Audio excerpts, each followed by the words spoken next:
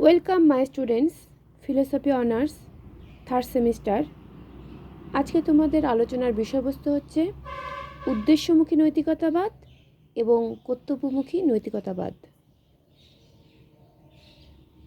নীতিবিদ্যার উদ্ভব হয়েছে দুটি নিয়মের ওপর ভিত্তি করে। একটি হচ্ছে উদ্দেশ্যমুখী নৈতিকতাবাদ, আরেকটি হচ্ছে কর্তব্যমুখী নৈতিকতাবাদ।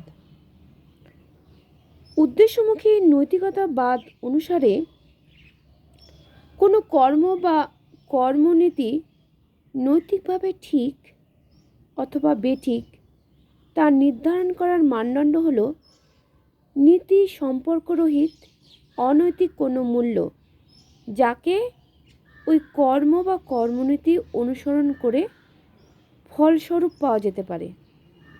অর্থাৎ মানুষের স্বেচ্ছাকৃত কর্ম বা কর্মনীতির ফল যদি ভালো হয়, তাহলেই ওই কর্ম বা কর্মনীতির নৈতিক ভালোত্ব স্বীকার করা যাবে। এখানে কোনো কর্ম বা কর্মনীতির স্বকীয় মূল্য স্বীকার না করে পরকীয় মূল্য স্বীকার করা হয়। এখানে বলছে যে কর্ম বা কর্মনীতির মূল্য হচ্ছে পরত হবে, অর্থাৎ অন্যের জন্য হবে। কর্ম বা কর্মনীতির নৈতিক মূল্য ফল বা পরিণামের অনৈতিক মূল্যের ওপর নির্ভরশীল।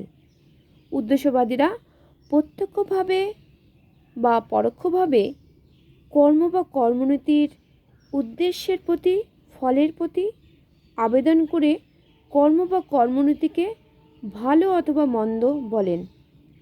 কোনো কর্ম বা কর্মনীতিকে নৈতিক ভালো বলা যাবে যদি এবং কেবল যদি ওই কর্ম বা কর্মনীতি অনুসরণ করে অকল্যাণ অপেক্ষা কল্যাণের পরিমাণ বেশি হয়।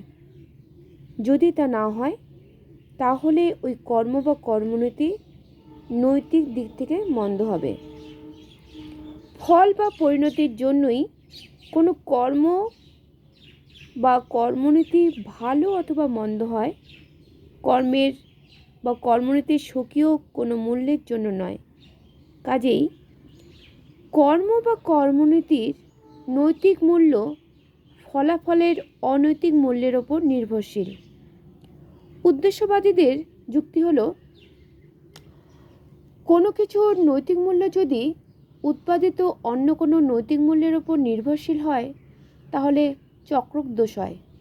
এই জন্যই কর্ম বা কর্মনীতির নৈতিক মূল্যকে ফল বা পরিণতির অনৈতিক মূল্যের ওপর নির্ভরশীল বলতে হয়। কোনো কর্ম বা কর্মনীতি তার নিজ গুণে সৎ বা ভালো নয়।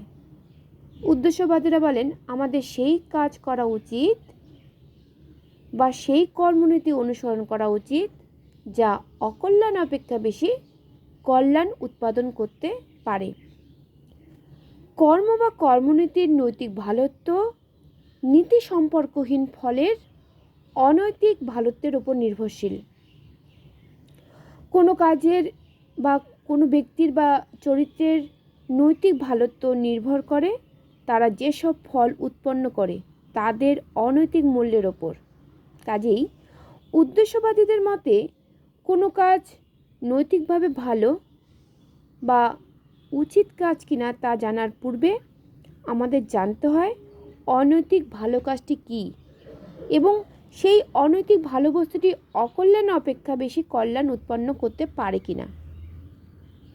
এই অনৈতিক ভালো সম্পর্কে উদ্দেশ্যবাদীরা নানা অভিমত পোষণ করেন। উদ্দেশ্যবাদীদের অনেকেই সুখবাদ অনুসরণ করে সুখকেই শত মূল্যবান রূপে গ্রহণ করে বলেন, সেই কর্ম বা কর্মনীতি ভালো যা দুঃখ অপেক্ষা বেশি সুখ উৎপন্ন করতে পারে। উদ্দেশ্যবাদীদের অনেকে আবার সুখবাদ পরিত্যাগ করে নৈতিক ভালোকে কখনো শক্তির সঙ্গে, কখনো প্রজ্ঞা বা ব্যবহারিক বুদ্ধির সঙ্গে, কখনো আত্মোপলব্ধির সঙ্গে, কখনো আবার পূর্ণতার সঙ্গে অভিন্ন করে দেখেছেন। এখন প্রশ্ন হয়, কার মঙ্গল সাধন করা উচিত? উদ্দেশ্যবাদীদের মধ্যে এই নিয়ে মতভেদ আছে। অনেকে নৈতিক আত্মবাদ সমর্থন করেন। নৈতিক আত্মবাদীদের মতে নিজের সর্বাধিক সুখ উৎপাদনই প্রত্যেকের উচিত। কাজেই সেই কর্ম বা কর্মনীতিকেই ঠিক বা যথাযথ বলা যাবে যদি এবং কেবল যদি ওই কর্ম করে বা ওই কর্মনীতি অনুসরণ করে কর্মকর্তার অকল্যাণ অপেক্ষা বেশি কল্যাণ উৎপন্ন হতে পারে, আর তা না হলে কর্ম বা কর্মনীতি অনুচিত হবে। অনেকে আবার নৈতিক সার্বিকতাবাদ বা উপযোগবাদ সমর্থন করেন। এদের মতে সর্বোচ্চ সাধারণ কল্যাণ বা সর্বাধিক লোকের সর্বাধিক কল্যাণই কর্মনীতির উদ্দেশ্য। কাজেই কোনো কর্ম বা কর্মনীতিকে ঠিক বা যথাযথ বলা যাবে যদি এবং কেবল যদি তা সামগ্রিকভাবে অকল্যাণ অপেক্ষা বেশি কল্যাণ প্রতিষ্ঠা করতে পারে, আর তা না পারলে ওই কর্ম বা কর্মনীতি অনুচিত হবে। সুখবাদী বেনথাম এবং মিল এই উপযোগবাদ সমর্থন করেন। এদের মতে নৈতিক আদর্শ হচ্ছে সর্বাধিক লোকের সর্বাধিক সুখ উৎপন্ন করা। তবে উপযোগবাদী মাত্রই যে সুখবাদী হবেন এমন নয়। যেমন মুর, রাশডল উপযোগবাদ সমর্থন করলেও তারা সুখবাদী নন। এদের উপযোগবাদ হলো আদর্শ উপযোগবাদ। এরপরে আসছি ডিঅন্টোলজিক্যাল থিওরিস, কর্তব্যমুখী নৈতিক মতবাদ। কর্তব্যমুখী নৈতিক মতবাদ অনুসারে কোনো কর্ম বা কর্মনীতিকে ঠিক বা যথাযথ বলা যাবে যদি এবং কেবল যদি ওই কর্ম বা কর্মনীতি শতমূল্যবান হয়, অর্থাৎ নিজের জন্য হয়, মানে ওই কর্ম বা কর্মনীতির মূল্য নিজের জন্য হয়। কর্ম বা কর্মনীতির নৈতিক মূল্য অর্থাৎ ভালোত্ব স্বকীয়। কোনো উচ্চতর অনৈতিক মূল্যলাভের ওপর তাদের নৈতিক মূল্য নির্ভর করে না। কোনো কর্ম বা কর্মনীতি যথোচিত কিনা, আমাদের কাছে বাধ্যতামূলক কিনা তা নির্ধারণ করার জন্য এটা জানার প্রয়োজন হয় না যে ওই কর্মটি সাধন করলে বা কর্মনীতি অনুসারে কর্ম করলে প্রত্যক্ষ অথবা পরোক্ষভাবে ব্যক্তির জীবনে বা গোষ্ঠীর জীবনে অথবা সমাজ জীবনে অথবা সমগ্র জগতে অকল্যাণ অপেক্ষা বেশি কল্যাণ উৎপন্ন হয় বা উৎপন্ন হতে পারে। কর্তব্যবাদীরা মনে করেন যে কর্ম বা কর্মনীতির পরিণাম ছাড়া আরও কতগুলি বিষয় আছে যা ওই কর্ম বা কর্মনীতিকে যথোচিত বা বাধ্যতামূলক করে তোলে, এবং তা হলো ওই কর্ম বা কর্মনীতির এক বা একাধিক স্বকীয় বৈশিষ্ট্য। কোনো কর্ম বা কর্মনীতি তার স্বকীয় বৈশিষ্ট্যের জন্যই, স্বকীয় মূল্যের জন্যই সৎ বা ভালো। উচ্চতর কোনো ফল লাভের উপায়রূপে তা সৎ বা ভালো নয়। অর্থাৎ নৈতিক কর্ম বা কর্মনীতির মূল্য পরকীয় নয়। উদ্দেশ্যবাদীদের অভিমত অগ্রাহ্য করে কর্তব্যবাদীরা বলেন অকল্যাণের তুলনায় অধিক পরিমাণে কল্যাণ উৎপাদন তা ব্যক্তি বা সমাজের যার জন্যই হোক না কেন নৈতিক আদর্শ হতে পারে না, অথবা তা একমাত্র নৈতিকতার নির্ধারক মানদণ্ড হতে পারে না।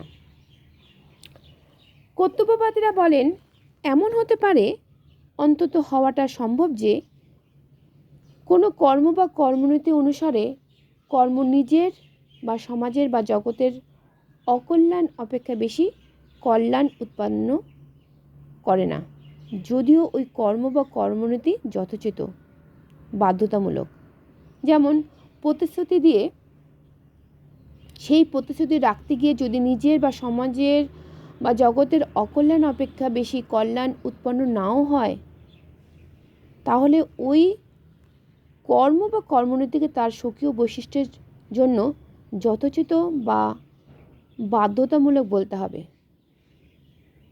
কর্তব্যবাদীদের মতে সৎকর্ম বা কর্মনীতি নিজেই সৎ বা ভালো হয়।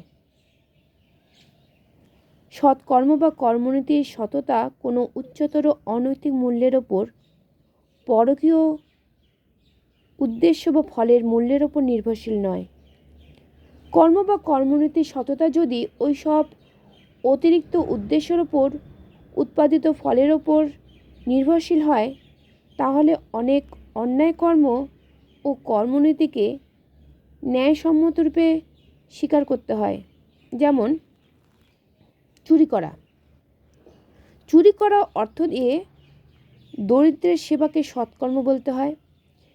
নীতির ক্ষেত্রে উদ্দেশ্য মহৎ হলেও, পরিণাম শুভ হলেও অনুষ্ঠিত কর্মকে সৎ বলা নাও যেতে পারে, যদি না কর্ম বা কর্মনীতিটি সৎ হয়। নিজ গুণেই কর্ম বা কর্মনীতি সৎ বা ভালো হয়। কর্ম বা কর্মনীতির নৈতিক মূল্য স্বকীয়, পরকীয় নয়। এটা না মানলে নৈতিকতার সঠিক ব্যাখ্যা হতে পারে না। এই জন্যই কর্তব্যবাদীরা বলেন, কর্তব্যের জন্য কর্তব্য সাধনই কেবল সৎকর্ম বা কর্মনীতি। এই হলো আজকের আলোচনা।